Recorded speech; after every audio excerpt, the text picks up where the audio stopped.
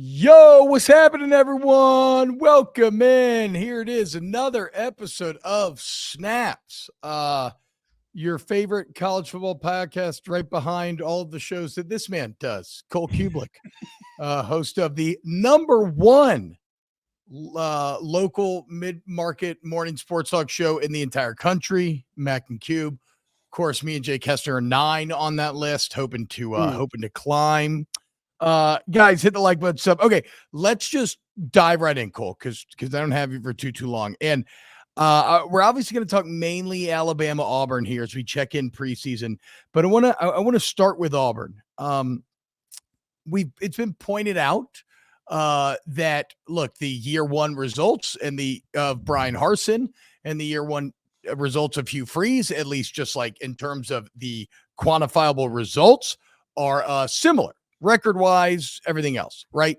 But when I look at a team like Nebraska, okay, year one under Matt Rule, I see a team that basically put up the same record as they were doing under Scott Frost, that lost games late with heartbreaking turnovers. But when you zoomed in closer, it did look and feel like a much better Nebraska, even if the wins and losses didn't necessarily say that. I still believe that. Do you have a similar feeling with Auburn going from Harsin to Freeze? Yeah, I think the momentum is real. And there just weren't a lot of times under Brian Harsin when you felt like there was a ton of momentum. And a lot of people were pulling in the same direction, that you had a lot of continuity. And you look at the areas like high school recruiting, you look at traditional high school recruiting, and then on top of that, the portal, what Hugh Freeze has done. You look at how Auburn's collective is operating, and it just feels like there's a lot more cohesion inside that athletic department than maybe there's ever been really in my lifetime. To steal a line from Brian Kelly, alignment, we're all using that now, right? I mean, that's like the key phrase. I feel like there could be more than that than I've ever seen. And while the record might be the same, I think what games you were competitive in, mainly Georgia and Alabama. Now, obviously, losing to New Mexico State, unacceptable. What happened in the bowl game, unacceptable. But there are going to be bumps in the road when you take over a program when you're trying to rebuild. So, I mean, he's got guys on campus that I don't think the previous staff would ever even send a letter to, because they wouldn't have thought that they would have had a chance to get them. And now these kids are kind of visiting on their own. So I think the trajectory is absolutely there. You see promise in more areas than just on the field and the on the field record, which, I mean, I still feel like from an X and O perspective, from just being a ball coach, I think Brian Harsin's great. It's just he was kind of pinned in a corner and wasn't given a lot of advantages with that job. Hugh Freeze is getting some of those, but Hugh Freeze might be better in some of the areas that Brian Harsin wasn't. So, yeah, I think the trajectory is absolutely headed in the right direction for Auburn. How important then it is? How important is year two to kind of maintaining that momentum and that alignment? And have you formulated a record yet that you think needs to be hit in order to do so? I hate putting one number on it, TBob, but I think if you're at 8, I think you're fine. Yeah, I would agree with that completely. I think even 7 and being competitive in games, once again, like Georgia and Alabama, you're going to be good. If he gets one big upset against a team like that, then I think he's going to be fine. And I think people just want to see things trending in the right direction again. This Peyton Thorne takes a step. If the offense is a tick better with some receivers that can actually get open and maybe go make difficult catches, if the offensive line continues to progress, because I do think the offense has a chance to take a pretty big step. And then I think just if you see guys playing hard, you see the guys that are on the same page. Auburn fans are smart enough, they're intelligent enough football fans to know that most of that is either happening or not happening. And if it is, regardless of how they lose games or what games they lose, I think most people are going to be fine. I don't view it as any real reason for him to be on the hot seat next season unless there's something off the field or the wheels completely fall off and you're talking about a 2 or 3 win football team. Other than that, I don't think there's any real hot seat for Hugh Freeze at Auburn. Yeah, and to be clear, I don't ask that necessarily. I don't want to be I don't want you to think that I think that Hugh Freeze is like close to a hot seat. I just mean in terms of like keeping the buy-in from the money, from the administrators, which he definitely has right now, like we've talked about. But there are people that are throwing hot seat around too. I mean, but they do the same thing with Brian Kelly, and I'm like, guys, we don't have the money to fire Brian Kelly. Like, it didn't matter if everybody hated him. When he signed this deal, you were married for at least like 7 to 8 years. And that's so, yeah, I mean, people are always going to play a little fast and loose in that regard. Just to continue to play the Auburn offseason hits, since we haven't got to talk to you in a while, I thought it was very interesting to hear Hugh Freeze talk about Peyton Thorne and basically say, look, man, I kind of weighed my options. I looked at the cost of getting a starting caliber quarterback. There's been so much, or maybe I'm putting this in here myself, but like, there's just been so much turnover at Auburn that there has to be something attractive about the continuity of working with a guy that you worked with last year. He basically said, I looked at the market and I decided that my best path forward is with Peyton Thorne. Right. Fans don't find that to be very exciting necessarily. What's your interpretation of that decision? I think what he did is basically said, if we're going to use kind of a money ball, I guess, analogy here, instead of throwing 7 figures at a quarterback that's going to come in, that's going to disrupt that room, that's most likely going to be a 1-year rental, you say, I think my guy has enough ability that in the next year of my system, when I get Ken Austin in here to work with the quarterbacks and I have a little bit more of my fingerprints on the play calling and I get some guys around him that are more capable, he can be enough. And I can disperse that money other places. So you go in and saw them, they get a couple of edge rushers, you get more D tackles. So, and then they didn't go get 1 wide receiver. They went and probably got 3 wide receivers that are going to be able to help them this year that are all upgrades over what they had. Now, I'm not saying they're bringing in, Malik Neighbors and Brian Thomas, but they're bringing in guys that are a lot better than what they had and are going to give them different capabilities on offense. And I mean, listen, TBob, the film is there. You can go back to Michigan State and you can say Kenneth Walker. Yeah, he was good. He's made really throws. Like, he can make the throws. He understands how to operate an offense. I think he has a chance to be more comfortable this year. I think the offensive line has a chance to be better. Cam Coleman's going to be a star wide receiver. Perry Thompson's another freshman that might help. I've watched Robert Lewis's Georgia State film. Like, he's a big time catch and run guy that can really do big things with high percentage throws. And that's the one thing that group didn't do last year. They didn't separate. So they did not make his life any easier whatsoever outside of Rivaldo Fairweather at tight end. So you go to Penn State and you get a Keandre Lambert-Smith. Like, he's a guy that is kind of B+ across the board, going to be able to help you in a lot of different ways. So I think going and getting 2-3 receivers, and the Sam Jackson kid from Cal who played quarterback, he's got a lot of juice. He might be able to help you there also. So now you might have 2-3 guys on the field at one time that can help get you out of a jam or make you look right or make you look good when maybe you're not throwing a perfect pass, as opposed to last year, there was one guy some of the time on the field. And I think they got a pretty good stable of running backs. Like, we just forget about Jarquez Hunter. Like, he's not one of the best backs in the league, and he is. And the middle of that offensive line should be pretty good. I think Connor Lew is going to be a really good center in the SEC. Jeremiah Wright finally understands the plays. He's cut a little bit of weight. Like, he's a mauler. He's a glass eater at guard. Dylan Wade's going to kick down to guard. So now you've got some real oomph in the middle of that offensive line. The run game should be there. Peyton's got enough wheels to kind of make you wrong if you don't respect it. Yep. All of those things will open up more in the passing game. So I actually kind of agreed with it. And I asked Hugh this question at Regions, the golf tournament here in Birmingham. That's kind of when the question went around. I said, I like the way that you've sort of, let's just say, worked your salary cap, so to speak. I don't know another way to say it, really and truly. Yeah. No, I mean, it's the same thing. It's the same thing as LSU declining at a certain point. The price on those D tackles it's not that you maybe don't have the money. It's like, is this the best use of my resources? Absolutely. Right. And at a certain point, you get priced out of the market. I mean, that's what they're dealing with. I think he could have gone and overspent on a quarterback and gotten a guy in there. You're going to run one off no matter what. And you don't know which one that is. Maybe run 2 off. So you put 5 in that room. They're not all staying. So you got a couple of young guys you have some confidence in, a true freshman you have confidence in that's coming in that you want to groom. So I just think it's sort of across the board was probably the right move for him. I know Peyton Thorne is not super exciting Heisman candidate. That's fine. But look at Hugh Freeze's track record. Is Malik Willis starting in the NFL? No. Yeah. Did he start for Gus Malzahn? No. Like, he lit it up at Liberty. Bo Wallace was really good at Ole Miss. Chad Kelly, I don't think, can barely hang on in the CFL right now. He had a ton of talent, but he's done more with less at that position. And that's why Auburn fans should not lack confidence in this move by Hugh Freeze, in my opinion. Here's a little Bama Auburn question. If there's one glaring weakness for Alabama, at least from what everybody tells me, it's the weapons or lack thereof. Who has better receivers this year, do you think? Well, Alabama's got a big time freshman coming in too, but I think he's more of like a slot athlete guy. I think this Cam Coleman kid's the real deal. I can't believe I'm going to say this, but I would probably lean Auburn right now, honestly. Yeah. With the transfers coming in and what Alabama actually has back. Now, Kendrick Law could be great. We've seen a little bit of him. He's been pretty good. Kobe Prentice has done some good things. I like the Jeremy Bernard kid that they bring in from Washington. I think it's close, but if Cam Coleman ends up being what he's supposed to be, and the other guys do what they've done at other places, this could be an Auburn lean right here. And that's wild that I'm saying that, because Bama's kind of been wide receiver U for the last, 5 or 6 years.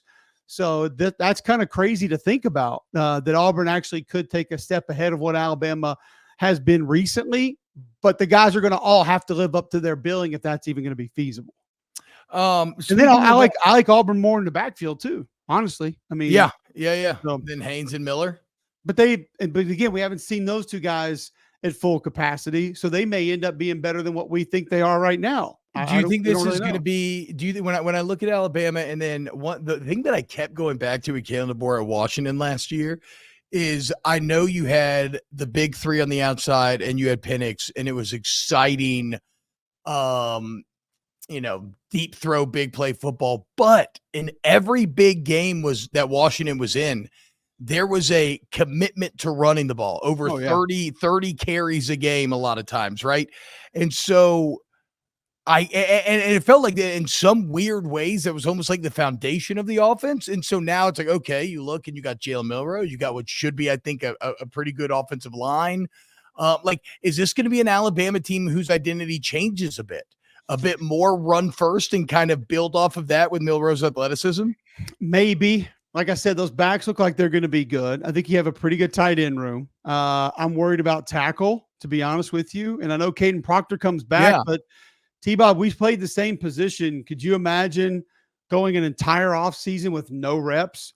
And then you go into I could if it got me like $150K for doing nothing. Well, yeah, we would have loved to do that, but I mean, you and I were kind of on similar paths. Like, we weren't 5-star plug and go true freshmen, like Kendall Simmons and those guys, they were just knocking people around. Like, we needed development.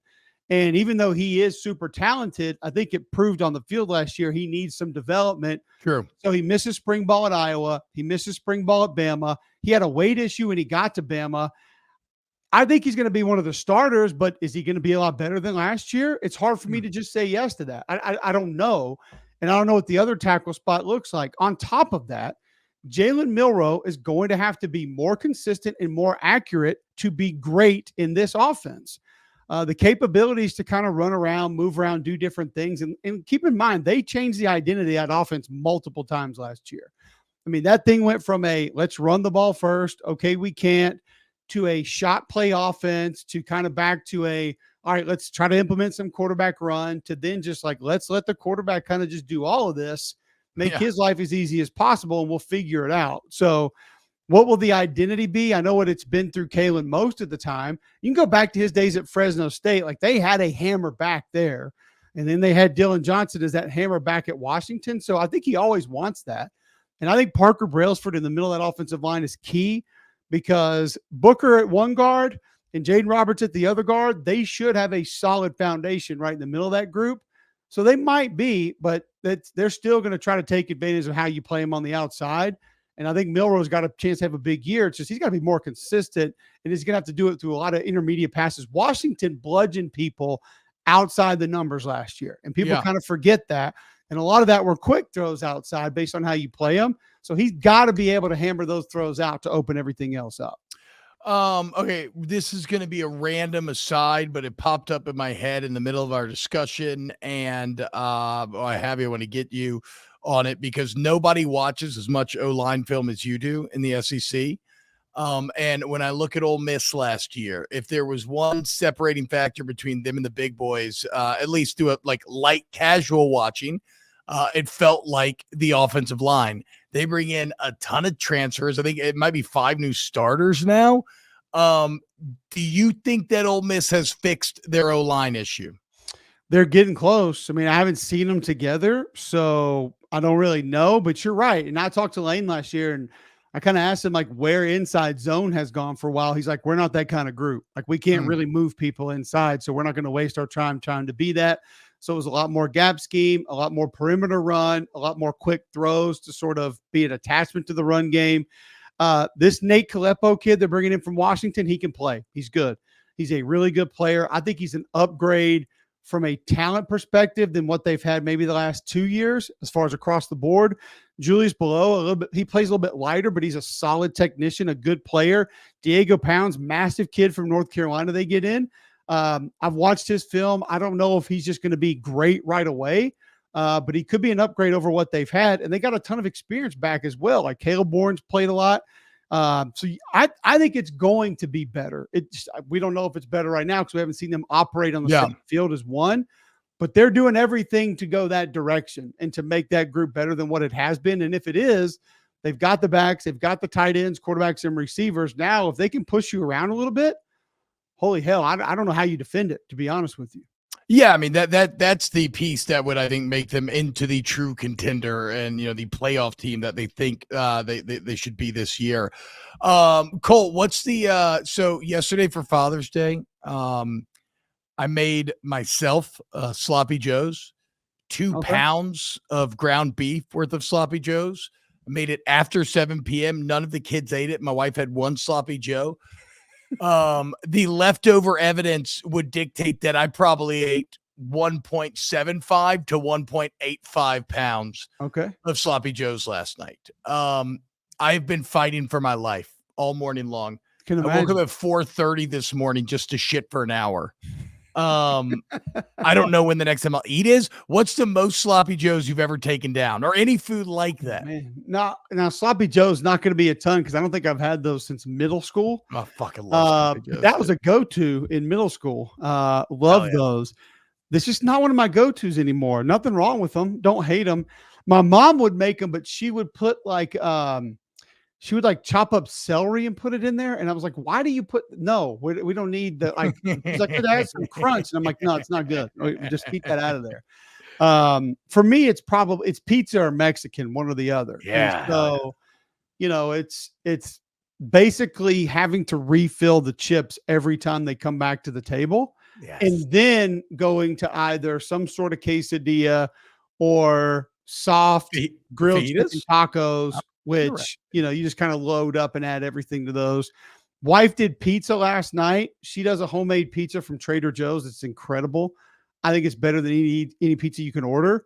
So, and I mean, she made 2 of them last night. The kids had a little bit, and I pretty much finished the rest. So if it's pizza, if it's Mexican, I'm going to dominate it. And it's like you said, I'm going to pay for it the next day. Yeah. I'm going to feel like shit for about 70 hours. I'm not going to even feel like I'm in it right now for another 2 days. Yeah. But it's unfortunately as fat guys, that's what we are.